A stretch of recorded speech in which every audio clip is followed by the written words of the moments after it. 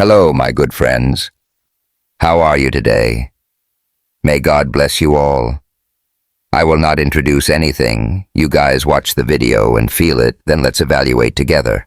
Zara Jackson stood in the doorway of Ethan Caldwell's office, soaked to the bone, her cheap hoodie clinging to her like a second skin. Rainwater dripped onto the pristine hardwood floor, pooling around her scuffed sneakers. Her chest heaved, her dark eyes blazing with a mix of fury and betrayal as she stared at the man behind the desk.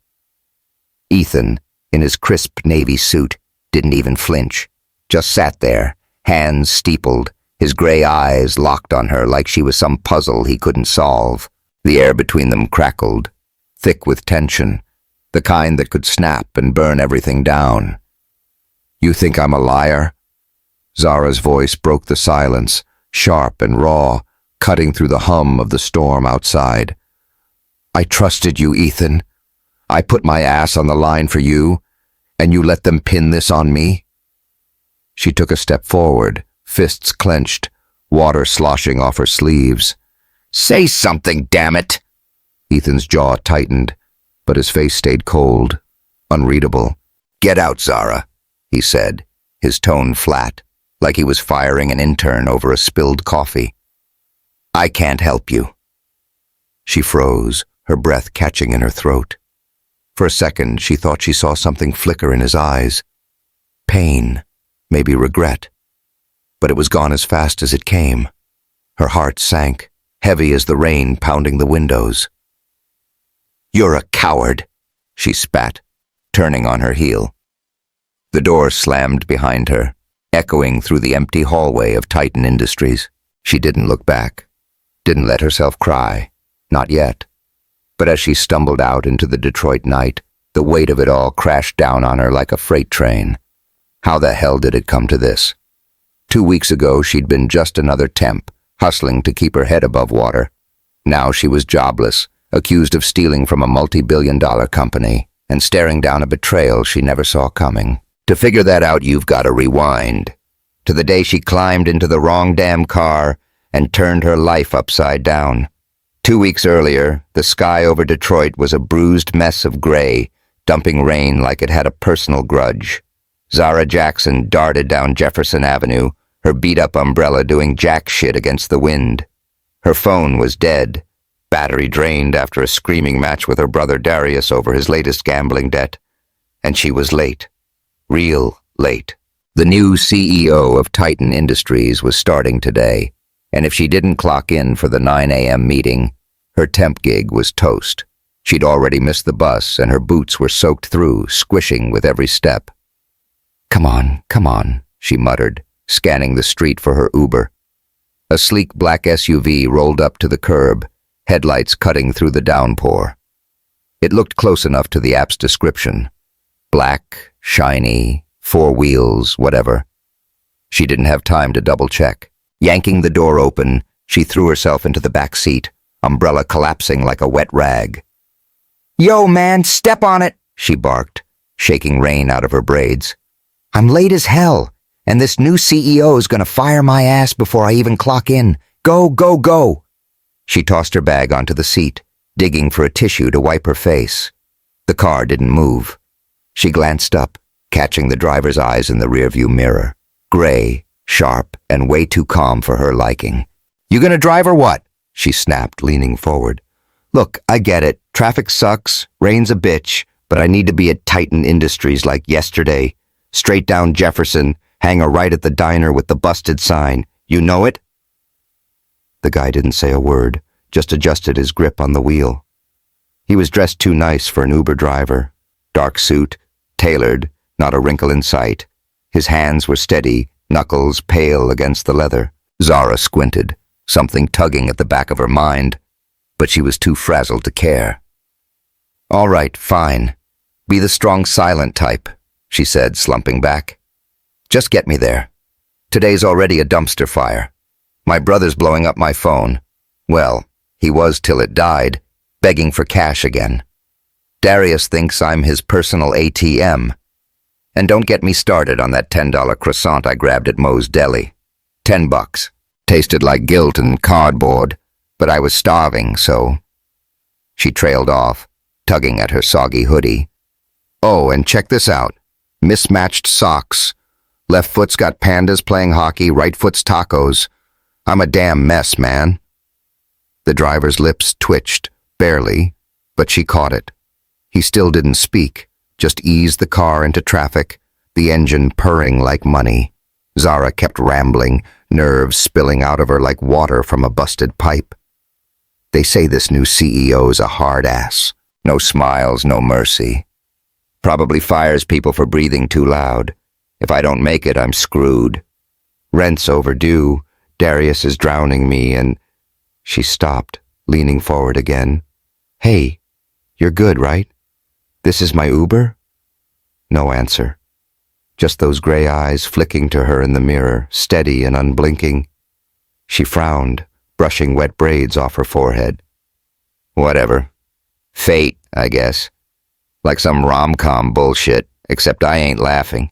The car smelled like new leather and something expensive. Cologne, maybe. Too fancy for an Uber, but she shoved the thought aside. Rain streaked the windows, blurring the city into a smear of lights. She shifted, her jeans sticking to the seat, and caught him watching her again. Not creepy, just intense. Her stomach did a little flip, and not from the croissant. Silent, huh? She said, smirking. You must hear some wild shit back here. Ever think about writing it down? Confessions of a Detroit Uber guy. Bet it'd sell. She laughed, mostly to herself, then pointed. There, side entrance, pull up quick. Less chance of anyone seeing me looking like a drowned rat. He glided to the curb with surgical precision, the SUV stopping smooth as silk. Zara grabbed her bag, fumbling with the soggy umbrella. Thanks, man. You're a lifesaver. 5 stars as soon as I charge my phone. Sorry I didn't catch your name. Fate, right? She flashed a grin, hopping out. He didn't reply, just watched her go, his face a blank slate except for that tiny, fleeting twitch at the corner of his mouth. She bolted through the rain, dodging puddles, and burst into Titan Industries' lobby. The elevator ride was a blur, her heart hammering, hands smoothing her hoodie like it'd make a difference. She slipped into the conference room just as the clock hit 9:02, sliding into a seat near the back. Heads turned, whispers rippling through the suits. She ignored them, catching her breath, until the door swung open and a man walked in. Tall, broad-shouldered, dark hair swept back like he'd stepped out of a magazine. Navy suit, no tie, gray eyes that sliced through the room like a blade. He stepped up to the podium, and the air shifted. Everyone sat straighter, quieter. Zara's stomach dropped. She knew those eyes. Good morning, he said, voice low and smooth, carrying weight. I'm Ethan Caldwell, your new CEO. I expect results, not excuses. Let's get started. Her jaw hit the floor. The room spun. No way. No fucking way. The Uber driver? The guy she'd barked at, rambled to about socks and croissants? He was the CEO? She sank lower in her chair, praying he wouldn't notice her, but his gaze swept the room and landed right on her. His lips curved, just a hint, a smirk that said he knew exactly who she was. Shit, she whispered, hands gripping the table. She was screwed. Or dead. Or both. The meeting dragged on. Charts, projections, corporate bullshit she barely heard over the pounding in her ears. Ethan's voice was calm, commanding, every word precise. She kept her head down, scribbling nonsense on a notepad until he wrapped it up.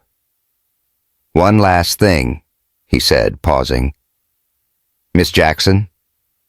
Her head snapped up. Every eye turned to her.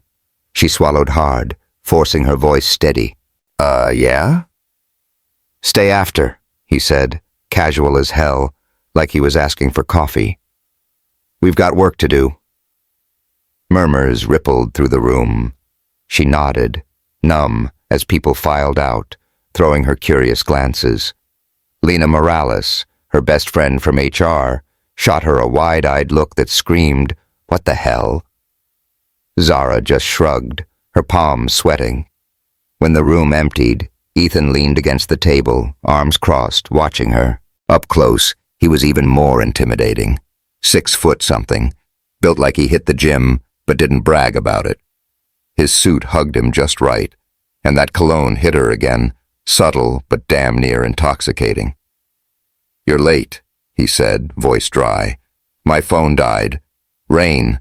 No Uber." She stood, squaring her shoulders.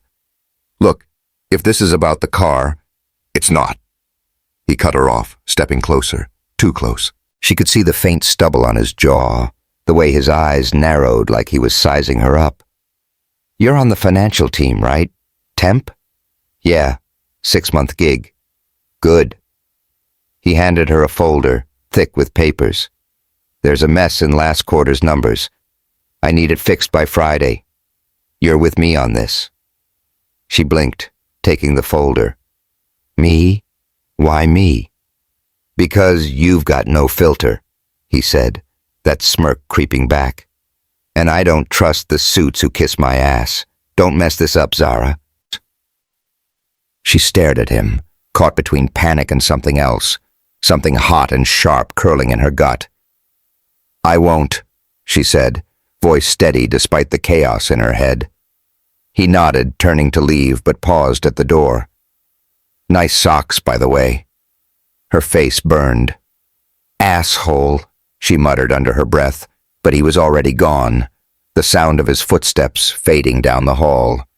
She slumped back into the chair, folder in her lap, heart racing. Ethan Caldwell wasn't just her boss.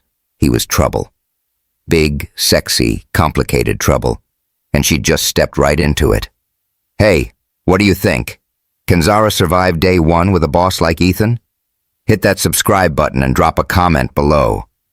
I want to hear your thoughts on where this wild ride's headed." The clock on Ethan Caldwell's office wall ticked past midnight, the only sound breaking the stillness of Titan Industries' top floor. Outside, Detroit's skyline glittered through the floor-to-ceiling windows, a sprawl of lights smeared by the last dregs of rain. Inside, the air was heavy, stale coffee, paper dust, and something else. Something electric buzzing between Zara Jackson and the man sitting too damn close for her sanity. She hunched over the desk, braids spilling across her shoulders, fingers flying over a laptop as she cross-checked numbers from the financial report. Ethan was beside her, his chair pulled up tight, elbow brushing hers every time he reached for a page. He'd ditched the suit jacket hours ago, sleeves rolled to his forearms, white shirt stretched across his chest like it was daring her to notice. She noticed. Hard not to when the guy looked like he'd walked out of a GQ shoot and smelled like cedar and sin.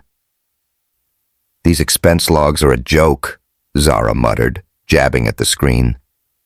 "$500,000 in consulting fees to some shell company?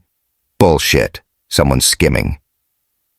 Ethan leaned in, his shoulder pressing against hers, eyes scanning the data. "Keep digging," he said, voice low, rough from too many hours and not enough sleep. "Whoever did this isn't sloppy. They're cocky." She snorted, shaking her head. "Cocky's right. Probably some suit upstairs laughing his ass off while I'm stuck here playing detective." She glanced at him, catching the faint curve of his lips. "What?" "You're good at this," he said, not looking up. "Better than I thought." "Yeah, well, don't sound so shocked." She smirked, tapping a pen against the desk. "I didn't claw my way through Wayne State just to fetch coffee." He chuckled, quiet, deep, the kind of sound that hit her square in the chest. "Noted." They'd been at it since 6, locked in his office after the rest of Titan cleared out. It started professional, spreadsheets, coffee runs, a quick "yes sir" here and there. But somewhere around hour 4, the vibe shifted. Maybe it was the way he loosened his tie, fingers tugging at the knot like he was shedding a leash, or how he'd started tossing her questions instead of orders, like they were partners, not boss and temp. Now, with the clock creeping toward 1, the room felt smaller, the space between them shrinking with every breath. Zara stretched, rolling her neck, and caught him watching her. Not subtle either. His eyes traced the line of her throat, lingering where her hoodie slipped off one shoulder. She froze, heat crawling up her spine. "What?" she asked, voice sharper than she meant. "You're distracting me," he said, matter-of-fact, like he was commenting on the weather. He shifted closer, his knee bumping hers under the desk, and damn if that didn't send a jolt straight through her. She arched a brow, leaning in just enough to test him. "Good. You need it. All work and no play makes Ethan a dull boy." His gaze darkened, locking on hers, and for a second, she thought he might close the gap, those gray eyes burning with something that wasn't about numbers or deadlines. Her pulse kicked up, loud in her ears. She could smell him now, that cologne mixing with the faint sweat of a long day, and it was doing things to her she didn't want to admit. "Careful," he murmured, voice dropping an octave. "You're playing with fire." "Maybe I like the heat," she shot back, holding his stare. Her hand brushed his on the desk, accidental but not really, and he caught her wrist, firm, warm, his thumb pressing against her pulse. She sucked in a breath, the air between them thick enough to choke on. "Zara," he said, her name rolling off his tongue like a warning, a promise. He pulled her closer, just an inch, but it was enough. Her knee slid between his, her chest brushing his arm. She could feel the heat of him through that thin shirt, the hard line of muscle underneath, and her mind spun with all the ways this could go wrong, or right. Her phone buzzed, shattering the moment like a brick through glass. She jerked back, fumbling for it on the desk. Darius's name flashed on the screen. "Third call tonight." She cursed under her breath, swiping to answer. "What now, D?" "Z, I'm in deep shit." Darius slurred, voice panicked. "They're gonna kill me, sis. I owe 'em $5,000 and—" "Jesus, Darius!" She stood, pacing away from Ethan, hand gripping her hair. "I told you to quit that crap. Where you at?" "Down by the river. Some warehouse. Z, please. Stay there. Don't move." She hung up, chest tight, anger and fear twisting into a knot. Ethan watched her, face unreadable again, but his jaw was set, eyes narrowed. "Trouble?" he asked, standing slow, like he was ready to follow her out the door. "My brother," she said, shoving the phone in her pocket. "He's a mess, always has been. Look, I gotta go. Zara." He stepped closer, voice firm. "What's eating you? Talk to me." She laughed, bitter, turning to face him. "You want to know? Fine. Darius is my big brother, supposed to have my back, but all he does is bleed me dry. Gambling, drugs, you name it. I'm drowning trying to keep him alive, and now he's in some hole with guys who'll break his legs, or worse. That's my life, Ethan. Not this." She waved at the office. The papers, him. Not some fancy gig with a corner office view. He didn't flinch, just nodded like he got it. "My mom died chasing my dad's messes," he said, quiet, eyes distant. "Drank herself into a grave because he couldn't stop screwing around. I was 16. Watched her fade. I get it, Zara." She stared at him, caught off guard. That was the last thing she expected. Ethan Caldwell, CEO kingpin, peeling back a layer like that. Her throat tightened, something softening in her chest. "Yeah, well," she muttered, looking away. "Sucks for both of us, huh?" "Yeah." He stepped up, close enough she could feel his breath on her cheek. "You don't have to do it alone." She met his eyes, and there it was again, that pull, raw and dangerous. His hand hovered near her arm, not touching, but she wanted it to, wanted him to. "I'm fine," she lied, voice shaky. "I'll handle it. He didn't buy it, but he didn't push. "Finish this tomorrow," he said, nodding at the desk. "Go get him." She grabbed her bag, hesitating. "Thanks," she said, soft, almost lost in the hum of the building. He nodded and she bolted, the echo of his words chasing her down the hall. The rain had slowed to a drizzle by the time Zara hit the streets, her old Honda sputtering to life. She found Darius slumped against a rusted dumpster in some sketchy-ass warehouse lot by the Detroit River, face bruised, lip bleeding. "Get in," she snapped, hauling him up. He stank of cheap whiskey and desperation, mumbling apologies she didn't want to hear. Back at her cramped apartment, a one-bedroom walk-up she could barely afford, she dumped him on the couch, tossing a blanket over his sorry ass. "You're killing me, Dee," she whispered, sinking into a chair, head in her hands. Her phone buzzed. Ethan. A text. Simple. "You good?" She stared at it, thumb hovering over the screen. "Yeah," she typed back, lying again. "See you tomorrow." Morning came too fast. She dragged herself to Titan, eyes gritty, hoodie swapped for a blazer she'd snagged at Goodwill. Ethan was waiting in his office, coffee in hand, looking like he'd slept fine while she'd wrestled nightmares all night. "Ready?" he asked, sliding a mug her way. "Born ready," she said, faking a grin. They dove back into the report, side by side, the tension from last night simmering under the surface. She caught him staring again, her hands this time, tracing the pen as she wrote. He shifted, his knee brushing hers, deliberate now, and her breath hitched. "Focus," she teased, nudging him back. "Trying," he muttered, voice rough, and she damn near dropped the pen. They finished by noon, the report tight, airtight, a middle finger to whoever'd fucked with the numbers. Ethan stood, stretching, shirt pulling taut across his back. "Good work," he said, turning to her.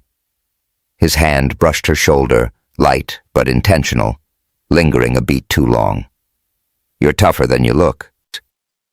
"Told you," she said, smirking, but her heart was pounding, her skin buzzing where he'd touched her. She grabbed her bag, ready to bolt before she did something stupid, like kiss that smug look off his face. "Zara," he called as she hit the door. She turned, eyebrow raised. "Be careful out there." She nodded, slipping out, but the heat in his voice stuck with her, coiling low in her gut. Whatever this was, boss, trouble, something more, it was just getting started. The rain had stopped, but the streets of Detroit still glistened under a dull gray sky, slick and cold like the mess Zara Jackson was wading through. She stood in Ethan Caldwell's office doorway, her sneakers leaving wet smears on the hardwood, her hoodie dripping like she'd been dragged through a car wash. Her braids hung heavy, framing a face tight with fury, her dark eyes locked on him. Ethan, perched behind his desk, suit pristine, face a mask of ice. The air was thick, suffocating, every tick of the clock a countdown to something breaking. "You think I'm a liar?" Zara's voice cut through, sharp as a blade, trembling with rage and hurt. "I trusted you, Ethan. I put my ass on the line for you, stuck my neck out with that damn report, and you let them pin this on me?" She stepped forward, fists balled, water sloshing off her sleeves. "Say something, anything." Ethan didn't move, didn't blink, just stared at her with those gray eyes, cold and steady like steel. "Get out, Zara," he said, voice flat, dead, like he was tossing out trash. "I can't help you." Her breath snagged, chest caving like he'd punched her. For a split second, she thought she saw a crack, pain flickering in his gaze, a twitch at the corner of his mouth, but it vanished, swallowed by that damn wall he kept up. "You're a coward," she spat, voice breaking as she spun on her heel. The door slammed behind her, a gunshot echo bouncing down the empty hall of Titan Industries. She didn't stop, didn't look back, her boots pounding the marble until she hit the lobby and the cold slapped her face. Outside, the city loomed, wet and unforgiving. She stumbled to her Honda, parked crooked in the lot, and collapsed inside, slamming the door so hard the window rattled. Rain streaked her cheeks, or maybe that was tears. She couldn't tell anymore. Her hands shook as she gripped the wheel, forehead dropping against it, breath fogging the cracked dashboard. "Fuck," she whispered, the word a prayer, a curse, a plea. Everything was gone. Her job, her trust, her shot at something better. And Ethan? He'd just stood there, letting it burn. She'd been accused of stealing. $500,000 pinned on her like a cheap Halloween mask. Gerald Price, that sleazy CFO with his fake tan and faker smile, had twisted the numbers she'd fixed, turned her work into a noose around her neck. Suspended without pay, investigation pending, while Darius was bleeding out somewhere because she couldn't save him. She was drowning, and the one guy she'd thought might throw her a line had cut it instead. It started 2 days ago, after they'd finished the report. Zara had walked out of Ethan's office with a buzz in her veins, his touch still warm on her shoulder, his words, "You're tougher than you look," ringing in her ears. She'd felt invincible, like maybe she'd finally caught a break. Then Gerald called her in, all crocodile tears and slick excuses, saying there'd been discrepancies in the financials she'd touched. By noon, HR had her badge, her desk cleared, and a security guard escorting her out, like she'd robbed the place blind. She'd tried calling Ethan 5 times, straight to voicemail. Texted him. What the hell's going on? Nothing. Radio silence. Meanwhile, Darius had blown up her phone, voice cracking through static. "Z, they got me cornered. $5,000 or I'm done." She'd scraped together what she could, $200 from her last paycheck, a crumpled 20 from her glove box, and raced to the riverfront, finding him slumped in an alley, face swollen, blood crusting his lip. "Get up, D," she'd snapped, hauling him into the car. He'd mumbled apologies, half-conscious, while she drove him to their mom's old place, a sagging duplex in Brightmoor she'd been crashing at since the landlord locked her out of her apartment. She'd dumped him on the couch, patched him up with a dollar store first aid kit, and sat there, staring at the peeling wallpaper, wondering how her life had turned into this shit show. Now, standing in Ethan's office, she'd thought he'd listen, fight for her. Instead, he'd cut her loose. She drove back to Brightmoor, the Honda's wipers squeaking, her mind replaying every second of that standoff. His voice, "I can't help you," stabbed her over and over, a knife twisting deeper with every mile. She parked outside the duplex, rain hammering the roof, and let herself break. Sobs racked her, loud and messy, her fists pounding the wheel until her knuckles ached. "I'm done," she choked out. "Done with all of it." Inside, the house was dark, Darius snoring on the couch, oblivious to the storm she was drowning in. She sank into a chair, knees pulled up, staring at the cracked TV screen like it might give her answers. Her phone buzzed. Lena, texting, "You okay? Heard about the suspension. Call me." Zara didn't reply. What was there to say? She was a temp, a nobody, and now a thief in their eyes. Ethan hadn't just let her fall. He'd pushed her. Ethan's office was a tomb after she left, the silence pressing in like a weight. He sat there, staring at the spot where she'd stood, the puddle of rainwater still gleaming on the floor. His hands clenched the arms of his chair, knuckles white, the sting of her words, "You're a coward," burning in his chest. She was right. He'd frozen. Let the board's threats tie his hands, let Gerald's lies bury her. And for what? To save his ass? His company? His precious control?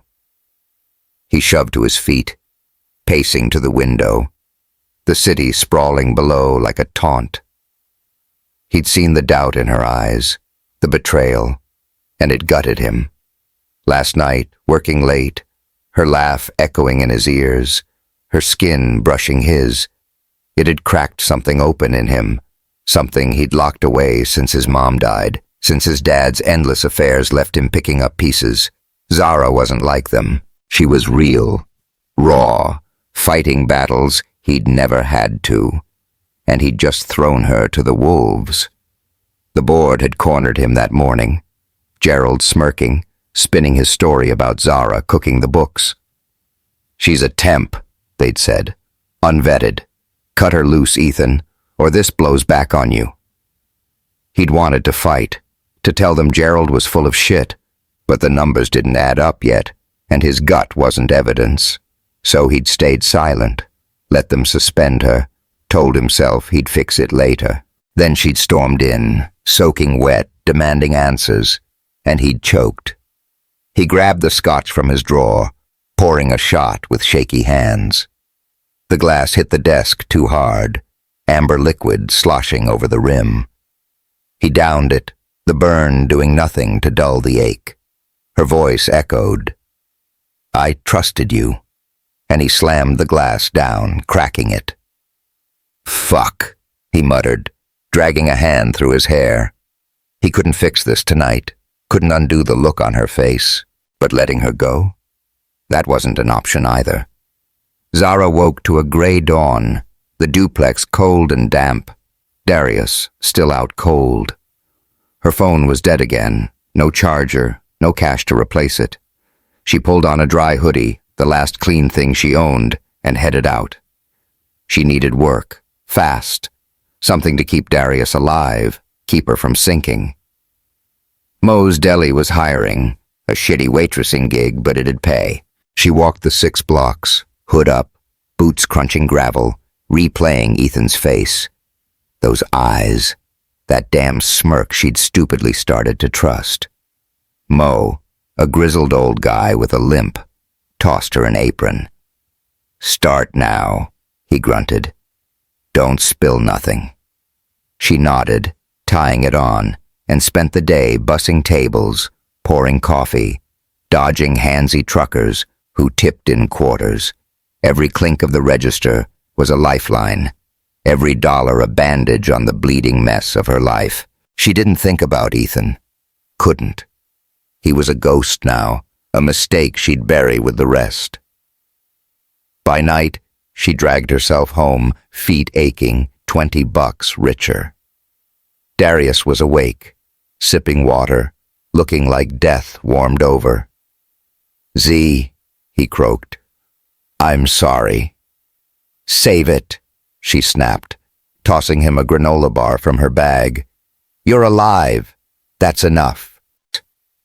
She sank into the chair, staring at the ceiling, the weight of it all pressing down. Job gone, brother a wreck, Ethan's betrayal a fresh wound. She was at the bottom clawing at nothing, and she didn't know how to climb out. The fluorescent lights of Moe's Deli buzzed overhead, casting a sickly glow over the cracked linoleum floor. Zara Jackson balanced a tray of coffee mugs, her apron streaked with grease, her sneakers sticking to the sticky tiles with every step.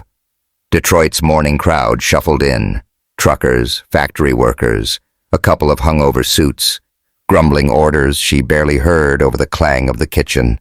Her hands moved on autopilot, pouring, wiping, smiling just enough to keep the tips coming. It had been 3 days since Ethan Caldwell kicked her out of his office.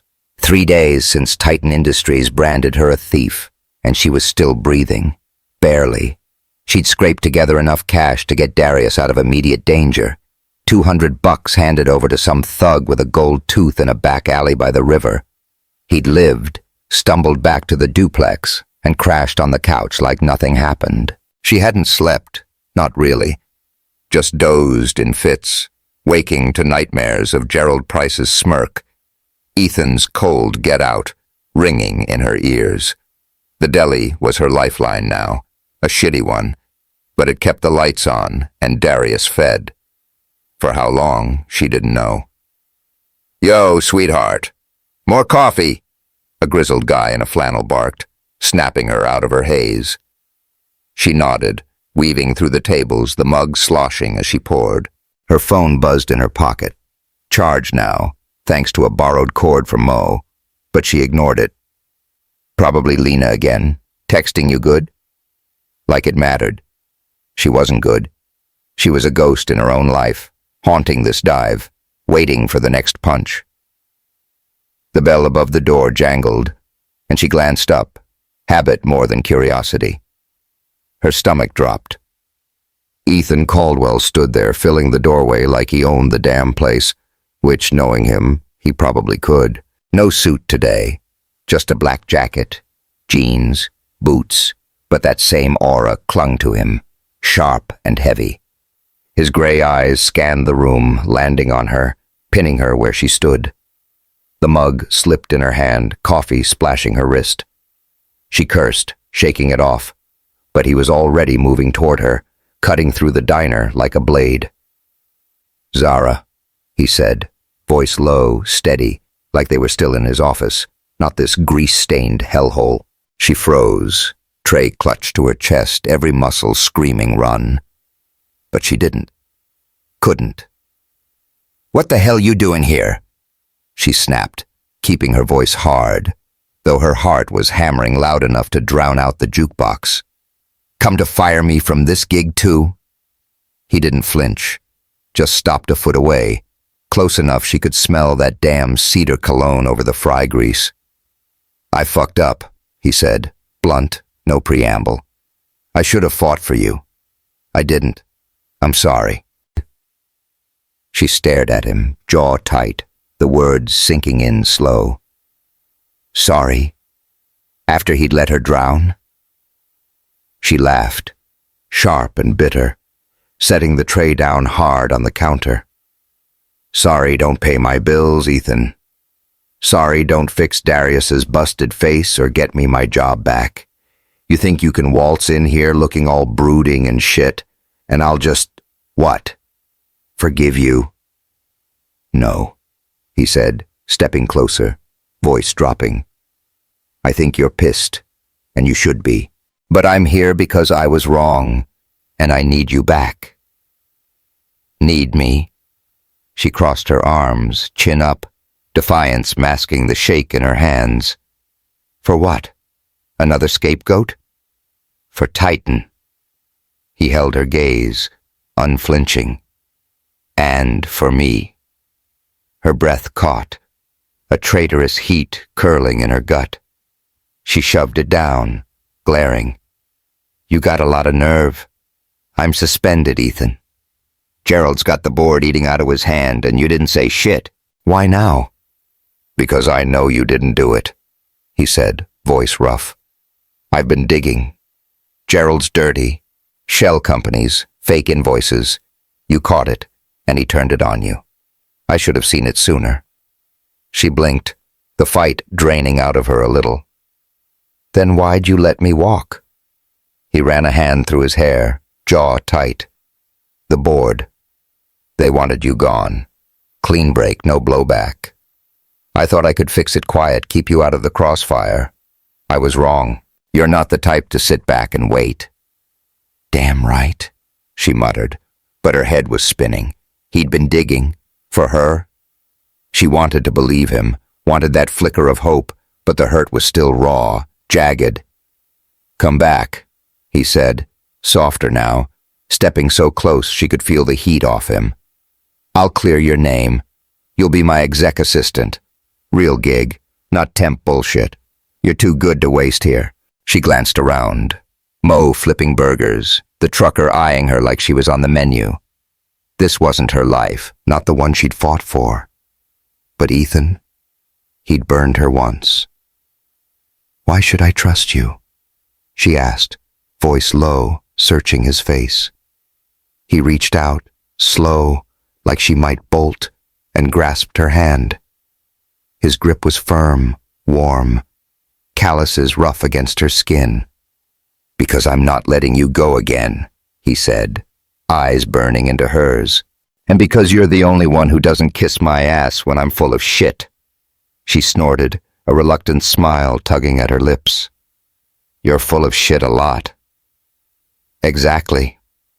His thumb brushed her knuckles, a spark shooting up her arm. Say yes, Zara. She pulled her hand back, crossing her arms again, but the heat stayed, simmering. Fine, she said, voice steady. But you screw me over again, I'm out. For good. Deal. He nodded, stepping back, but his eyes lingered, dark and heavy. Meet me at Titan tomorrow, 8 a.m. We'll fix this. She watched him go, the bell jangling as he disappeared into the gray morning. Her wrist tingled where he'd touched her, and she cursed under her breath. Trouble. That's what he was. Big, sexy, complicated trouble, and she'd just jump back in with both feet. The next day, Zara walked into Titan Industries, head high, blazer swapped for a thrift store button-up that hugged her curves just right. Lena met her in the lobby, eyes wide, dragging her into a hug. Girl, what the hell? You're back? Ethan's orders, Zara said, smirking. Guess I'm hard to quit. Lena grinned, but it didn't reach her eyes. Watch your back, Z. Gerald's still sniffing around, and the board's twitchy. Noted. Zara headed up, stomach nodding as she hit Ethan's floor. He was waiting, door open, coffee in hand, black, steaming, just how she liked it. You're early, he said, sliding the mug across his desk. Figured I'd beat the firing squad. She shot back, taking it. Their fingers brushed and she ignored the jolt, sipping slow. So, what's the play? He leaned against the desk, arms crossed, shirt pulling tight across his chest. We nailed Gerald. I've got Ite pulling server logs, every edit, every login. You walk the board through the report, show 'em it's his mess. They'll have to clear you. She nodded, setting the mug down. And if they don't? They will. His voice was steel, eyes locked on hers. I'm not losing you again. Her throat tightened, something hot curling low. She pushed it aside, grabbing the laptop. Let's do this. They worked all day, shoulder to shoulder, digging through data, piecing it together. By night, the office was dark, just them and the glow of the screen. Ethan's knee pressed against hers under the desk, deliberate now, and she didn't move away. You're staring, she said, not looking up. Guilty, he murmured, voice rough. He shifted, hand brushing her arm, lingering. She turned, caught his gaze, dark, hungry, and her breath hitched. Don't, she warned, half-hearted, her pulse racing. Too late. He leaned in, slow, giving her an out. She didn't take it. His lips grazed her jaw, soft, testing, then her neck, a hot trail that made her shiver. She grabbed his shirt, pulling him closer, and he growled low, hand sliding to her waist, tugging her against him. The desk creaked as he pressed her back, papers scattering, his mouth finding hers. Hard, desperate, tasting of coffee and need. Her phone buzzed, loud and insistent. She cursed, breaking away, chest heaving.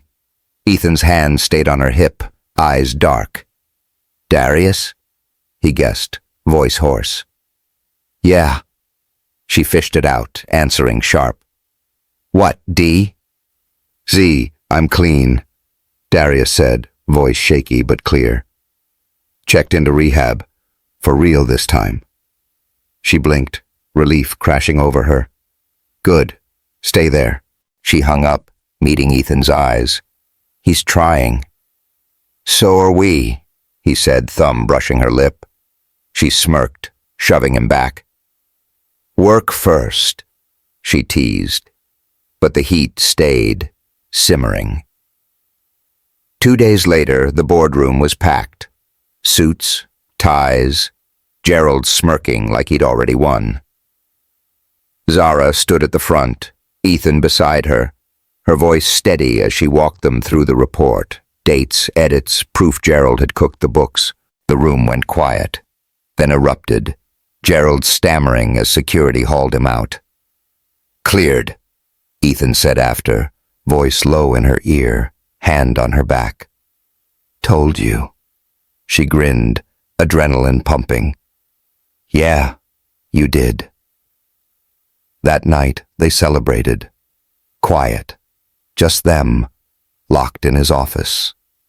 He pulled her close, kissing her slow, deep, hands roaming under her shirt, her skin burning under his touch.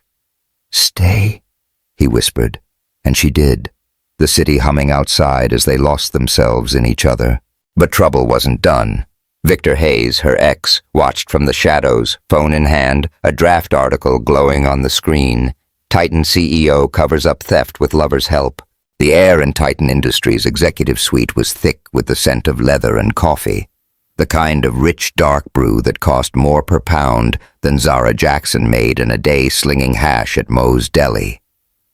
It was past midnight, the Detroit skyline a jagged glow beyond the windows, and the office was a war zone, papers strewn across Ethan Caldwell's desk, laptops humming, takeout boxes stacked like casualties. Zara sat cross-legged in a chair, braids loose, her thrift store button-up untucked and sleeves rolled up, showing off the curve of her forearms. Ethan was beside her, tie gone, shirt open at the collar, a shadow of stubble roughening his jaw. They'd been at it for hours, riding the high of nailing Gerald Price to the wall, but the buzz was fading, replaced by something heavier, hotter. "Check this," Zara said, tapping the screen, her voice sharp with focus. "Server logs from last month. Gerald's IP all over the fake invoices. Time-stamped right before he dumped that mess on me." Ethan leaned in, his shoulder brushing hers, the heat of him seeping through her shirt. "Sloppy bastard," he muttered, eyes narrowing as he scrolled. He thought no one had looked this deep. "Yeah, well, he didn't count on me," she shot back, smirking. "Or you." He glanced at her, gray eyes catching the dim light, a flicker of something raw in them. "You're a hell of a partner, Zara." Her stomach flipped, but she played it cool, nudging him with her elbow. "Don't get soft on me now, Caldwell. We're not done." They weren't. The board had cleared her that morning. Gerald hauled out in cuffs, sputtering denials while she stood tall, Ethan's hand a steady weight on her back. She'd walked out of that room a hero, her suspension lifted, her new gig as his exec assistant locked in. But the victory tasted bittersweet. Darius was in rehab, a fragile hope she didn't dare trust. And Ethan, well, he was a whole other battlefield. Every look, every touch, pulled her deeper into something she couldn't name, something that scared her as much as it thrilled her. "Coffee's cold," he said, pushing the mug aside, his knee pressing against hers under the desk. Deliberate. She felt it, the slow burn creeping up her thigh, and didn't pull away. "Still good," she said, sipping it anyway, her lips brushing the rim where his had been. His eyes tracked the motion, darkening, and she smirked. "What?" "Your trouble," he said, voice low, rough, like he'd been holding it back too long. He shifted, his hand brushing her arm, fingers lingering on her wrist. Her pulse jumped, loud in the quiet, and she turned, meeting his gaze head-on. "Pot calling the kettle black?" she teased, leaning in just enough to test him. "You're the one who keeps staring." "Guilty," he murmured, and then he moved, slow, giving her an out, but she didn't take it. His hand slid to her waist, pulling her closer, her chair scraping as she turned into him. His lips grazed her jaw, soft at first, then harder, trailing heat down her neck. She gasped, grabbing his shirt, the fabric bunching under her fists as she yanked him in. He growled low, a sound that hit her like a shot. And then his mouth was on hers, hard, hungry, tasting of coffee and something sharper. something desperate. The desk creaked as he pressed her back, papers sliding, a pen clattering to the floor. His hands roamed, slipping under her shirt, rough palms skimming her ribs, her skin burning where he touched. She arched into him, nails digging into his shoulders, her breath hitching as his lips found her collarbone, teeth grazing just enough to make her moan. "Ethan," she rasped, voice breaking. And he pulled back, eyes wild, chest heaving. "Tell me to stop," he said, voice wrecked, hands still on her, tight like he didn't want to let go. "Don't you dare!" she shot back, pulling him down again. The kiss deepened, messy, all teeth and tongue, her legs tangling with his as they stumbled half out of the chairs. His hand slid lower, gripping her hip, tugging her against him, and she felt him, hard, insistent, pressing through his jeans. A jolt shot through her, hot and dizzying, and she rocked into him, drawing a curse from his lips. Her phone buzzed, loud and jarring, shattering the haze. She groaned, breaking away, forehead against his as she fumbled for it. "Fuck," she muttered, seeing Darius's name. Ethan's hand stayed on her hip, his breath ragged against her cheek. "Answer it," he said, voice hoarse, but he didn't move, didn't let her go. She swiped, voice sharp. "Darius, what?" "Z, I'm good," he said, shaky but clear. "Stayed in rehab. Day 3, just wanted you to know." Relief hit her like a wave, softening the edges. "Good. Keep it up, D." She hung up, tossing the phone aside, and met Ethan's eyes. "He's trying," she said, a small smile tugging at her lips. "So are we," he replied, thumb brushing her jaw, then her bottom lip. She shivered, leaning into it, and he kissed her again, slower this time, deeper, like he was memorizing her. "Stay," he whispered against her mouth, hands sliding up her back, under her shirt, skin on skin. She smirked, shoving him back just enough to breathe.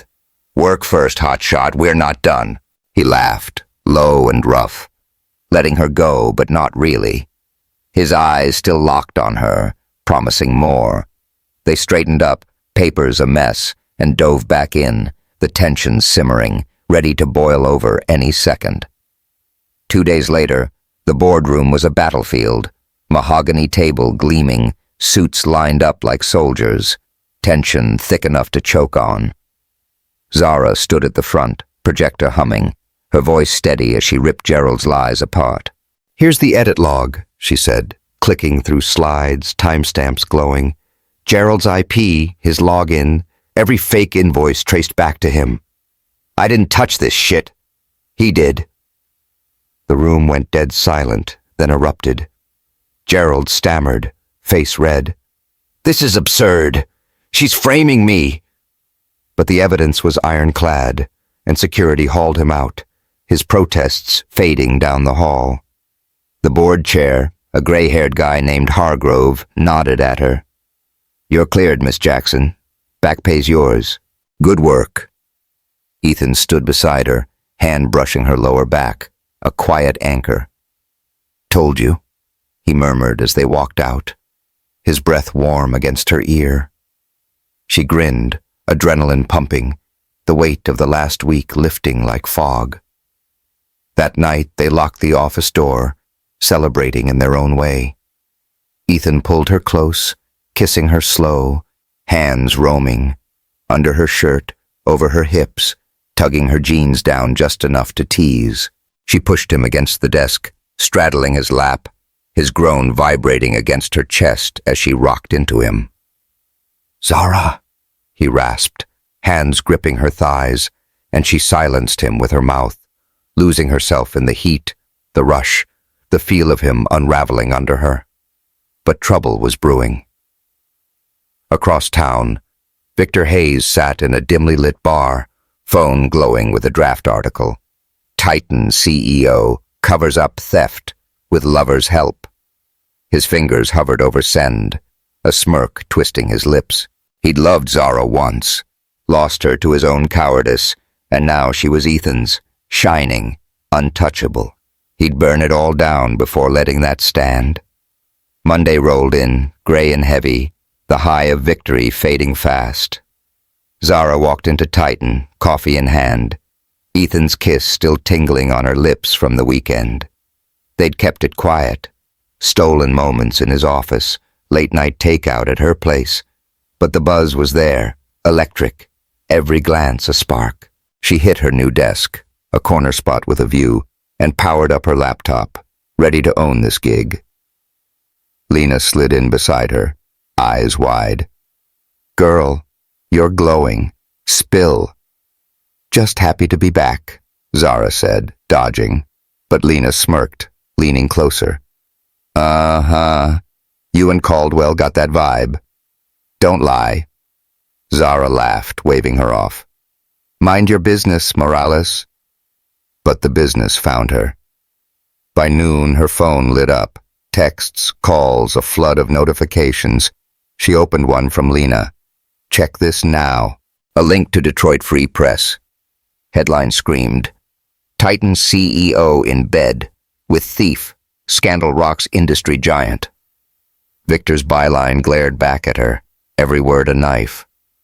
Ethan knew about the theft, covered it up, used Zara as his lover to dodge the fallout. Lies, twisted just enough to sting. Her stomach dropped, coffee turning sour in her throat.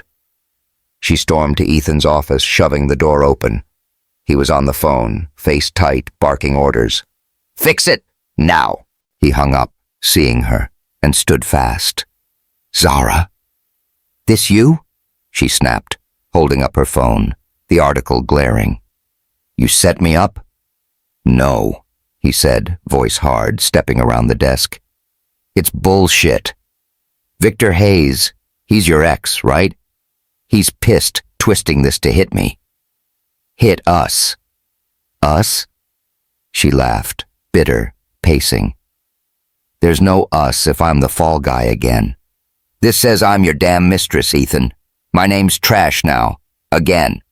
He grabbed her arm, pulling her close, eyes blazing. "You think I'd let that stand? I'm suing his ass for libel. This ends today." She yanked free, chest heaving. "You better.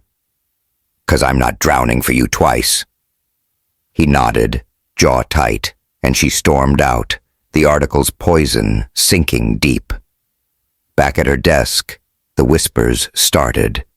Co-workers staring, phones buzzing. Lena hovered, worried. "Z, you okay?" "No," Zara muttered, sinking into her chair. "I'm fucked." Ethan's office was a war room by afternoon. Lawyers on speaker, PR scrambling, his voice a whip-cracking orders. He'd kill this story, bury Victor, but the damage was done. Stock dropped 5 points, the board circling like sharks.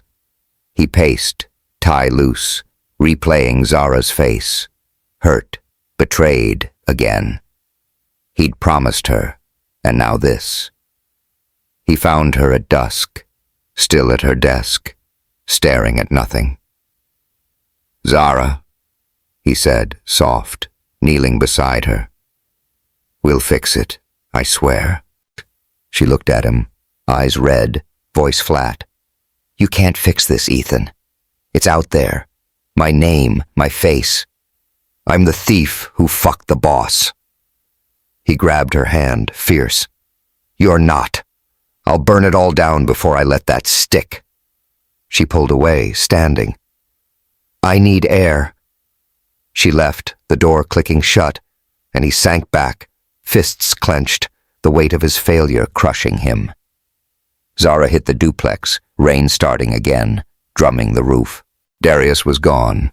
Rehab, she hoped, but the silence was worse. Her phone rang. "Hospital. Miss Jackson, your brother's here. Overdose. Critical." She ran, car screaming through the wet streets, heart in her throat. Darius lay in ICU, tubes everywhere, pale as death. "Dee," she whispered, gripping his hand. "You promised." A doctor loomed. He might not make it. Next few hours are key. She sank beside him, sobbing, the world collapsing. Job trashed, brother dying, Ethan a ghost. She was alone, broken, and this time no one was coming. The hospital room was a sterile cage, all white walls and beeping machines, the air thick with antiseptic and despair. Zara Jackson sat hunched in a plastic chair beside her brother Darius's bed, her hand gripping his skin cold and clammy under her fingers. Tubes snaked from his arms, his chest rising slow, too slow, under the thin blanket. The steady beep-beep of the heart monitor was the only thing keeping her sane, a fragile thread tying him to life. Outside, Detroit's night pressed against the window, rain streaking the glass like tears she couldn't shed anymore. "Dee, you promised," she whispered, voice cracking, her braids falling over her face as she leaned closer. His eyes stayed shut, face slack, bruised from the beating he'd taken before the overdose. She'd found him like this, barely breathing, sprawled in an alley off Gratiot Avenue, a needle still dangling from his arm. She'd dragged him to the car, screaming his name, flooring it to Mercy Hospital while he faded in the passenger seat. Now, hours later, she sat vigil, every beep a knife twisting deeper. The doctor's words echoed, "Might not make it, next few hours are key," and she clung to them, bargaining with a God she hadn't talked to since Mama died. "Just wake up, Dee," she muttered, thumb rubbing his knuckles. "I can't lose you too." Her phone buzzed in her pocket, ignored. Ethan, probably, or Lena, didn't matter. Nothing did if Darius slipped away. Her life was a house of cards, and Victor Hayes had kicked it down. That damn article, Titan's CEO in bed with thief, had hit the streets that morning. A Molotov cocktail of lies torching everything she'd rebuilt. Her name, her face, plastered online, the lover who'd seduced Ethan Caldwell to cover his tracks. Bullshit, every word, but the world didn't care. Titan's stock was tanking, the board baying for blood, and she was the scapegoat, again.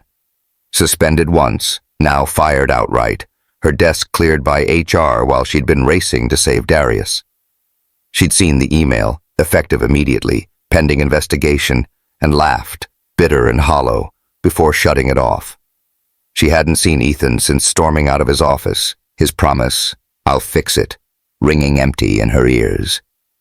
He'd let her walk, let this happen, and she was done trusting him, done with Titan, with Detroit, with hope. Darius was all she had left, and even that was slipping through her fingers. A nurse poked her head in, voice soft. "Miss Jackson, you need anything? Water?" Zara shook her head, not looking up. "Just him waking up." The nurse nodded, leaving her alone again.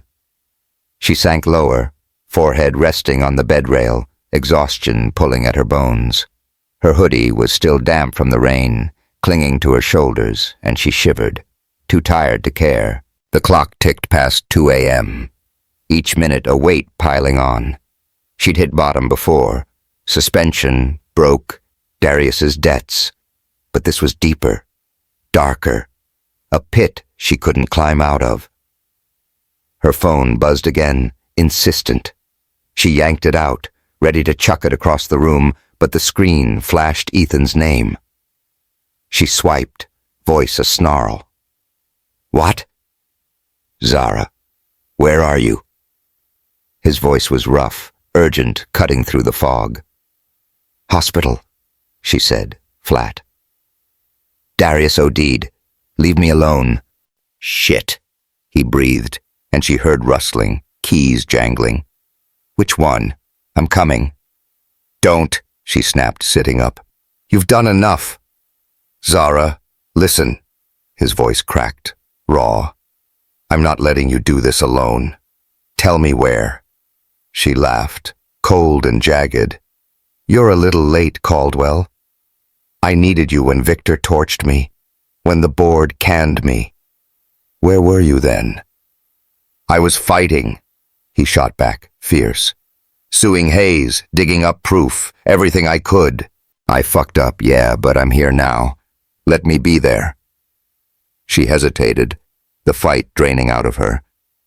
Mercy, she muttered, hanging up before he could reply. She didn't want him there, didn't need his pity, but part of her, buried deep, ached for it anyway.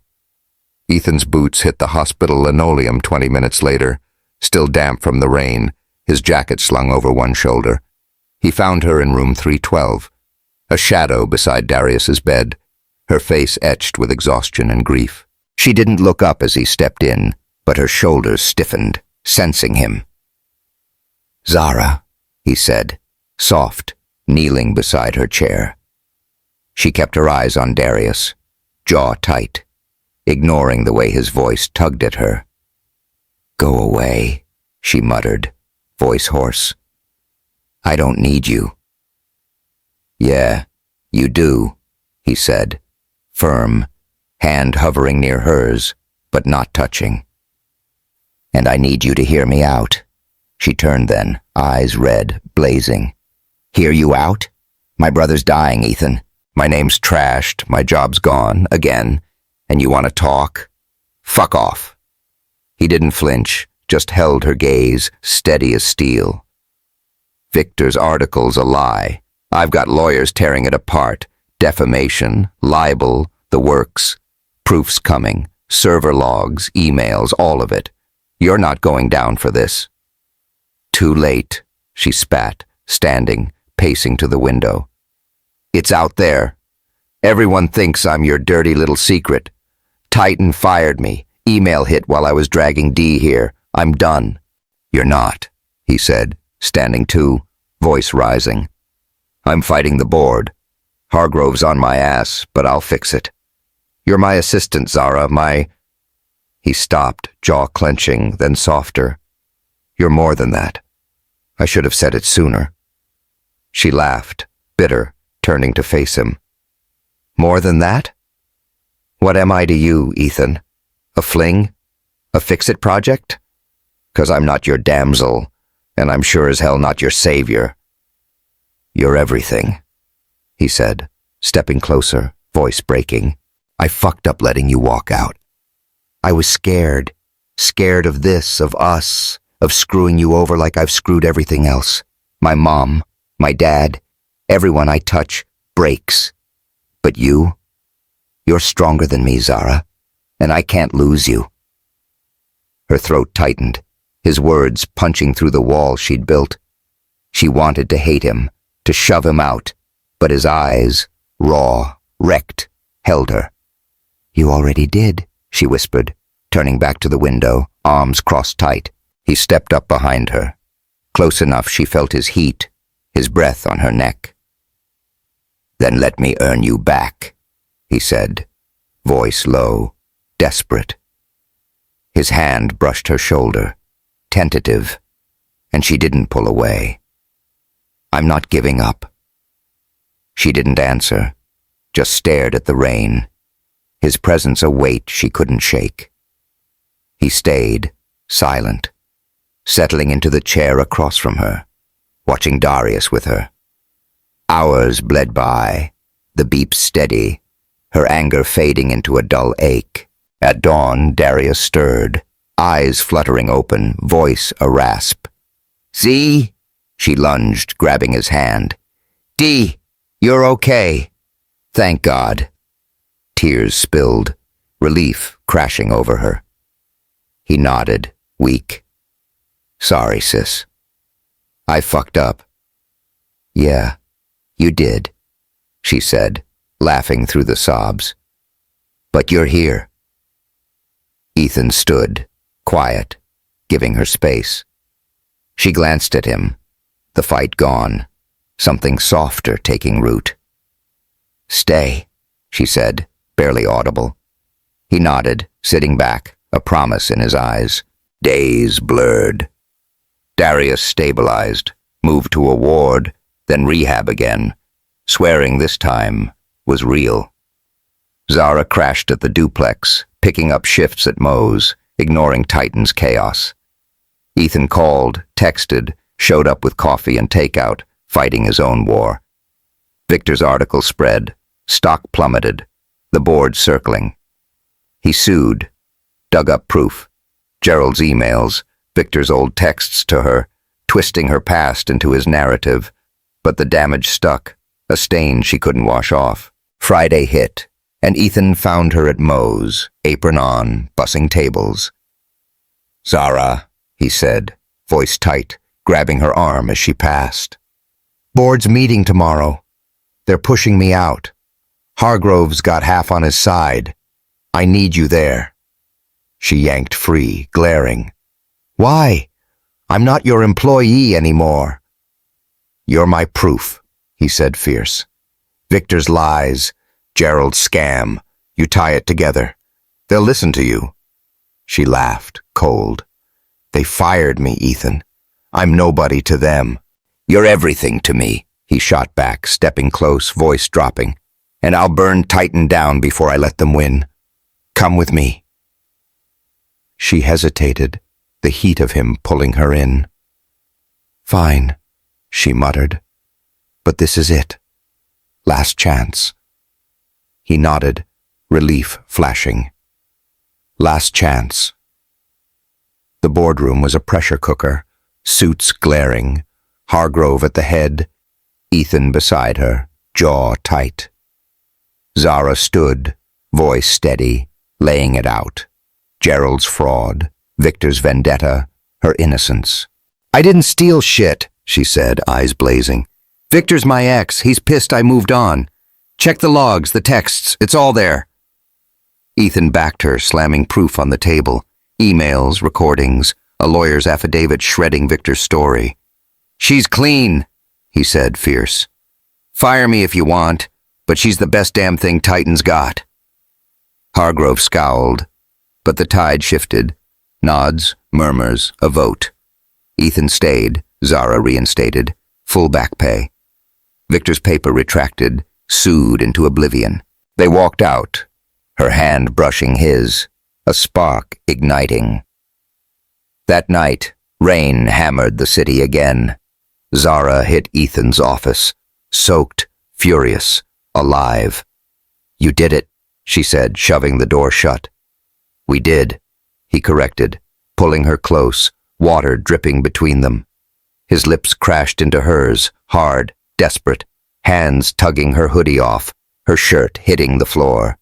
She pushed him against the desk, straddling him, his groan vibrating as she rocked into him, jeans rough against her thighs. "Zara," he rasped, hands sliding under her bra, skin burning, and she kissed him deeper, losing herself in the storm of him. They didn't stop. Clothes scattered, desk creaking, rain drowning the world outside. His hands gripped her hips, guiding her, her nails raking his back as they moved, fast, then slow, a rhythm of need and release. "Stay," he whispered, breathless, as they collapsed, tangled, spent. "Always," she murmured, head on his chest, the city humming beyond. Monday dawned clear. Darius called from rehab, clean, steady. Titan buzzed, Zara's desk waiting, Ethan's smile a quiet victory. They'd clawed out of the pit together stronger. The rain had stopped, but the air in Detroit hung heavy, thick with the damp chill of a city that never quite dried out. Zara Jackson stood on the rooftop of Titan Industries, the skyline sprawling below her like a jagged promise, lights flickering, alive, a pulse she could feel in her bones. Her braids whipped in the wind, her hoodie swapped for a black dress that hugged her curves, the fabric clinging to her thighs as she leaned against the railing. It had been a week since she and Ethan Caldwell had torn through the boardroom, a week since they'd ripped Victor Hayes' lies apart and clawed their way back from the edge. A week since she'd felt him, skin on skin, heat and desperation, in his office, the memories still burning low in her gut. She'd thought they'd won. Darius was holding steady in rehab, day 10, voice clear when he'd called that morning. "I'm good, Z. For real this time." Titan had reinstated her, back pay hitting her account, enough to cover rent and then some. Ethan had fought for her, sued Victor into the ground, turned the scandal into a victory lap, stock rebounding, the board eating out of his hand. They'd celebrated, tangled in each other, a storm of their own making. But something was off. He'd been distant since. Meetings, calls, excuses piling up. No late nights, no stolen kisses, just a quiet that gnawed at her. She turned as the rooftop door creaked open, Ethan stepping out, his silhouette sharp against the glow of the stairwell. No suit tonight, just a dark sweater, jeans, boots scuffing the concrete. His gray eyes found her, steady but guarded, and her stomach tightened. "You're late," she said, voice dry, arms crossing over her chest. "Board ran long," he replied, hands in his pockets, closing the distance slow. "Hargrove's still bitching about the stock dip." "Always something," she muttered, turning back to the city, the wind tugging at her dress. He stopped beside her, close enough she could smell that cedar cologne, feel the heat off him, but he didn't touch her. That silence stretched, heavy, and she hated it, hated how it felt like a wall going up. "What's going on, Ethan?" she asked, turning to face him, voice sharp. "You've been ghosting me all week. No calls, no texts, barely a damn nod in the hall. We beat this, right? So why you acting like I'm a stranger?"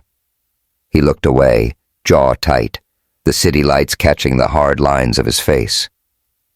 "We beat it," he said, low, rough. "But it's not over." She frowned, stepping closer. "What's that supposed to mean? Victor's done. Retractions out, lawsuits filed. What's left?" He exhaled, slow, dragging a hand through his hair. "Me," he said, voice breaking. "I'm what's left. This." He gestured between them, eyes meeting hers, raw and wrecked. "I'm no good for you, Zara. I keep pulling you into my shit. Gerald, Victor, the board. Every time I think I've got it handled, it blows up and you're the one bleeding." Her chest tightened, anger flaring. "You don't get to decide that," she snapped, poking his chest. "I chose this. Chose you. I'm not some damsel you dragged along, Ethan. I fought too." "I know," he said fierce, grabbing her hand, holding it against him. "That's why I'm scared. You're stronger than me, Zara. Always have been. But I break things. My mom, my dad, everyone I've ever—" He stopped, throat bobbing, eyes dark. "I can't break you too." She stared at him, his grip tight, his pulse thudding under her palm. "You think stepping back fixes that?" she asked, voice low, trembling. "You think leaving me out there alone keeps me whole? That's bullshit, Ethan, and you know it." He didn't answer, just held her gaze, the wind howling between them. She yanked her hand free, pacing to the edge, fists clenched. "I've lost everything before," she said, turning back, eyes blazing. "Mama, my place, damn near Darius. I clawed my way up and yeah, it's messy, but I'm still here. You don't get to play martyr and decide I can't handle you." "Zara," he started, stepping closer, but she cut him off. "No," she said fierce. "You don't get to run 'cause you're scared. We're in this, together or we're not. Pick." He froze, eyes searching hers, the air crackling. Then he moved, fast, hands cupping her face, pulling her into a kiss that hit like a storm, hard, desperate, his lips crashing into hers, tasting of regret and need. She grabbed his sweater, yanking him closer, her back hitting the railing as he pressed against her, all heat and muscle. His hands slid down, gripping her hips, tugging her dress up just enough to feel skin, her thighs bare against the cold metal. She moaned, nails digging into his shoulders, and he growled low, teeth grazing her neck, a hot trail that made her shiver.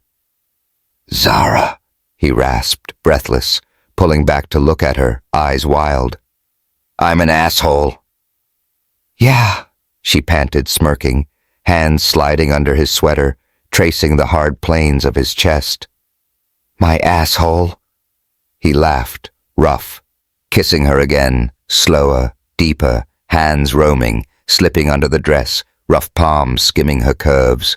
She arched into him, legs tangling, the city fading as they lost themselves in the heat, the rush.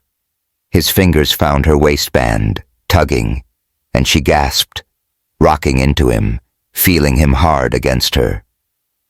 "Here?" she teased, voice husky, nipping his lip. "Anywhere," he murmured, hand sliding lower, teasing, and she cursed, pulling him tighter, the world shrinking to just them.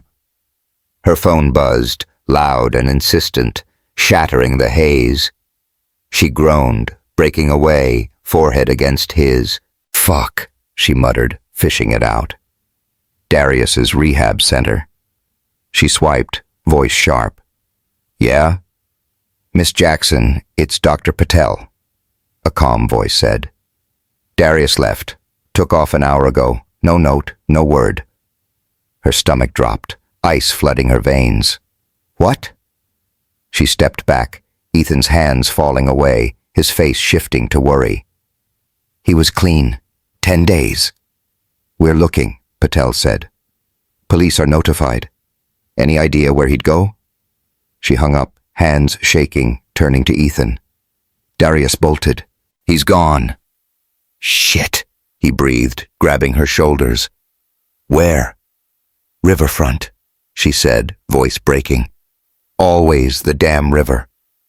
She pulled away, heading for the door, but he caught her arm. "I'm with you," he said, fierce. "We'll find him." She nodded, the fight gone, fear taking over. They raced down, his SUV peeling out of the garage, tires screeching on wet asphalt. The riverfront was a ghost town at 3 a.m., warehouses looming like skeletons, the Detroit River a black mirror under the moon. Zara's boots hit the gravel, Ethan beside her, flashlight cutting through the dark. "Darius!" she yelled, voice echoing, panic clawing her chest. No answer, just the wind and the slap of water against the docks. They split up, her taking the alleys, him the lots, shouting his name. Her phone buzzed. "Lena. Heard about Darius? Cops found his jacket by the pier." She ran, heart pounding, finding Ethan near the water, his face grim. "Here," he said, holding up the jacket, torn and damp. "No," she whispered, sinking to her knees, gravel biting through her dress. "He's gone. Water took him." "Not yet," Ethan said, fierce, pulling her up. "We keep looking." They did, hours bleeding into dawn, cops joining, dragging the river. Her hope faded, a hollow ache settling in, Ethan's arm around her, the only thing keeping her upright. Then a shout. "Over here!" A cop waving from a warehouse. She ran, Ethan behind, and there he was. Darius, slumped against a crate, alive, shivering, eyes glassy but open. "D!" She dropped beside him, grabbing his face, tears spilling. "You're okay. God, you're okay." "Sorry, Z," he rasped, weak. "Ran. Thought I'd score. Couldn't." Ethan knelt, hand on her back, calling the medics. "He's here," he said, soft, steady. "You got him." She nodded, sobbing, clinging to Darius as the ambulance screamed in. He'd live, barely, but he'd live. Weeks later, Titan hummed, a new rhythm. Darius was back in rehab, day 20, stronger. Zara's desk buzzed, her name cleared, Victor's career ashes. Ethan fought beside her, every step, proving it daily. Coffee runs, late nights, his hand finding hers in the quiet. Friday night, he pulled her to the rooftop again. No rain, just stars. "Zara," he said, voice low, kneeling, a ring glinting in his hand, a simple band, a small stone, perfect. "I'm a mess. Complicated, stubborn, half-broke most days. But you're my chaos, my balance, my everything. Marry me?" She laughed, tears brimming, pulling him up. "Yes, you idiot. 1,000 times yes." He slid the ring on, kissing her hard, hands roaming, her dress hiked up as they stumbled against the railing, laughing, breathless. "Wrong ride, right man?" she teased, nipping his lip. "Damn right," he growled, lifting her, her legs wrapping around him, the city fading as they lost themselves again. The wedding hit weeks later, rooftop, small, real. Darius, clean, grinning as best man. Lena, bawling, mascara streaking. Zara glowed in white, Ethan in gray, a penguin pin on his lapel. A nod to that first day. They danced, slow, her head on his chest, his arms tight. The world theirs.